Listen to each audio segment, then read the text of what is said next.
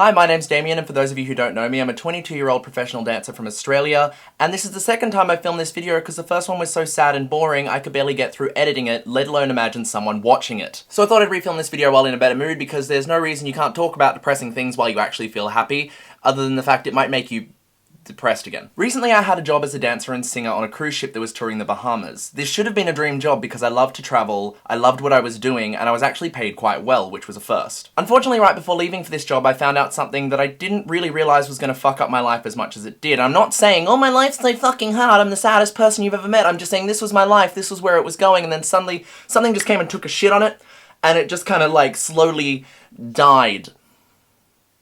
Even though I'm still alive. Basically, I found out I had depression, and I thought the reason for this was because I was unemployed and I wasn't really doing anything and I was just kind of bored. So I assumed that once I started my job, everything would be better and I'd feel fine again. Unfortunately for me, that's not how depression works. For the first 1 or 2 weeks on the ship, I was doing really well, I was really happy, I was socializing, I was making friends, I was having a great time, but I didn't realize that that was only very, very temporary. Before I knew it, I started to have the same feelings I had before I left. I felt alone, I felt hopeless, I felt like everything I did was pointless. And that was really strange to hear my own thoughts think that while I was doing something that I loved. It just didn't really make sense that I should have been happy but I wasn't, because unfortunately depression isn't a thing that really follows logic. You're just gonna feel sad and sometimes there's absolutely no reason for it. And if I just felt a little bit sad, just had like a little bit of a cry once a week or something, that would have been fine, but unfortunately it got worse and worse and worse, until it got to the point where I'd be standing in rehearsals, we'd be learning something, and I would suddenly just shut down. It just wasn't there anymore. And the reason for that is because I was in here. I was sad about nothing, and then I was angry at the sad part of myself for being sad, then I was angry at the angry part for being angry at the sad part because I knew that there was nothing I could do to control the sad part, so it just became this giant war zone within my head, and then before I knew it, I would just start crying and I hadn't even realized. I found myself getting worse and worse, to the point where it actually started to affect HeyoDamo, and my jokes started to be very depressing, and I was rarely in the mood to even make a joke, but if I did, it was probably about something like jumping off the boat into the ocean, and it just wasn't funny. But what crossed the line was when it started to affect how I acted professionally. One day we were learning a new dance routine, and that's normally where I shine. I'm really good at picking up choreography. And we got to the end of the dance, and I realized I hadn't retained a single move. Not one count of the dance had I actually remembered. So that's when I turned to my dance captain with tears streaming down my face, as you do, and I just said, I can't do this, I can't be here anymore. I didn't know what I needed to do exactly, but I just knew that what I was doing wasn't working, it wasn't helping. Living on a ship is a very strange experience, and while you're trying to figure out depression for the first time, it's definitely not helpful at all. And then there was the fact that I've never really been a sad person. I've always been really upbeat and really happy, because I look at my life and I think, I've had a good life, there's nothing really for me to be upset about, you know, I'm doing what I love, I have supportive family, and it's great. But unfortunately, as I mentioned before, depression defies logic. There didn't need to be a reason for me to feel sad, I just felt sad, and I didn't know how to fix it, but I knew what I was doing at the time was definitely not fixing it.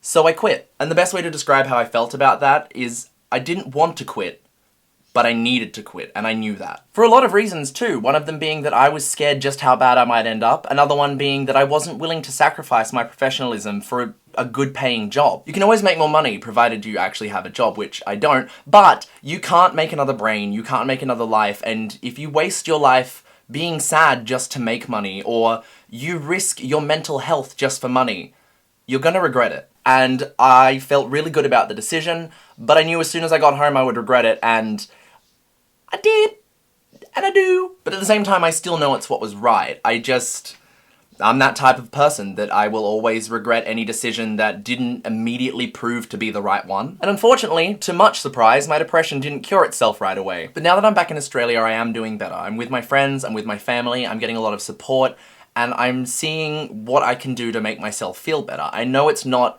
an easy process, I know it's not a short process, but it's something that I'm gonna have to work at. And it's also something that I'm gonna need patience for. If you've been watching my videos for a long time, you might notice a difference. If not, you might not at all. I mean, I'm not exactly gonna sit in front of a camera and cry for 3 hours. It's just not my thing. I'm gonna wait until I'm happy. But you never know. It might come through, it might not. I might post depressing tweets. I might not. Probably the biggest thing I've figured out since being diagnosed with depression is that what helps most is understanding. Depressed people are already sad. They don't need to feel bad about being sad. So if someone's being a little bit of a downer and you point it out and make them feel bad for it, it's just gonna make things worse. I'm not saying you should enable it by any means, I'm just saying that you need to have an understanding, especially if it's a close friend or family member that's going through something like this. And I guess that's the reason I made this video, because, ooh, my wallpaper just scared me. And I guess that's the reason I made this video, because before I was diagnosed with depression, I had no idea what it felt like. I thought they were just a little bit upset and might have a bit of a cry. They need a hug, they'll feel better.